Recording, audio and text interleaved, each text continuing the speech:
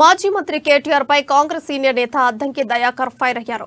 కొత్త ప్రభుత్వంపై కేటీఆర్ టీంకి అసహనం కనబడుతుందని, వాళ్ళు మాట్లాడుతున్న మాటలు వింటే నవ్వొస్తుందని ఎద్దేవా చేశారు.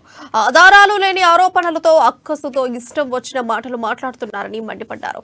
బీఆర్ఎస్ సోషల్ మీడియా తప్పుడు ప్రచారం చేస్తుందని, మీ ప్రతి ప్రశ్నకి మా దగ్గర సమాధానం ఉందన్నారు.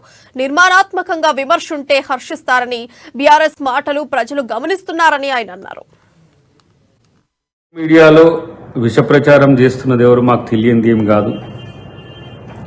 ఆర్టీసీకి మహిళలకు ఉచిత ప్రయాణం ఇస్తే ఆటో డ్రైవర్లను రెచ్చగొడుతున్నది ఎవరో, రైతు బంధు విషయంలో రాఘవ కన్స్ట్రక్షన్స్కు వెళ్తున్నాయని చెప్పి ప్రచారం చేస్తున్నది ఎవరో, లేదంటే ఇలా రేవంత్ రెడ్డి గారి సోదరుల మీద అధికారిక కార్యక్రమాల్లో పాల్గొంటున్నారని ట్రోల్ చేసేది ఎవరో తెలియని విషయం ఏం కాదు.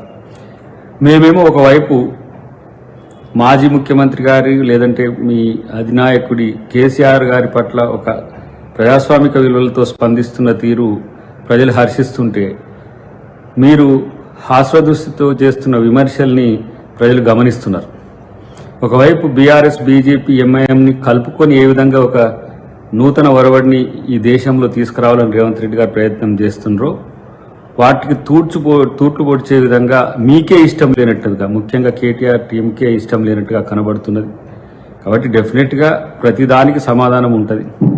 విమర్శల్లో ఈరోజు సహేతుకత లేని విషయాన్ని గమనించినాకనే ఈ సానుభూతి ఒక స్టేట్మెంట్ ఇవ్వాల్సిన పరిస్థితి వచ్చిందని చెప్పి తెలియజేస్తున్న మిత్రులు, సమయంతో ఓపికతో ముందుకు పోవాల్సిన అవసరం ఉంది. తెలంగాణ అభివృద్ధిలో మీ వంతు పాత్రను కూడా పెంచే ప్రయత్నం రేవంత్ రెడ్డి గారు చేస్తారు. ఎలాంటి భేషజాలకు పోవద్దని చెప్పి వారికి తెలియజేస్తున్నాం. సోషల్ మీడియాలో విష ప్రచారం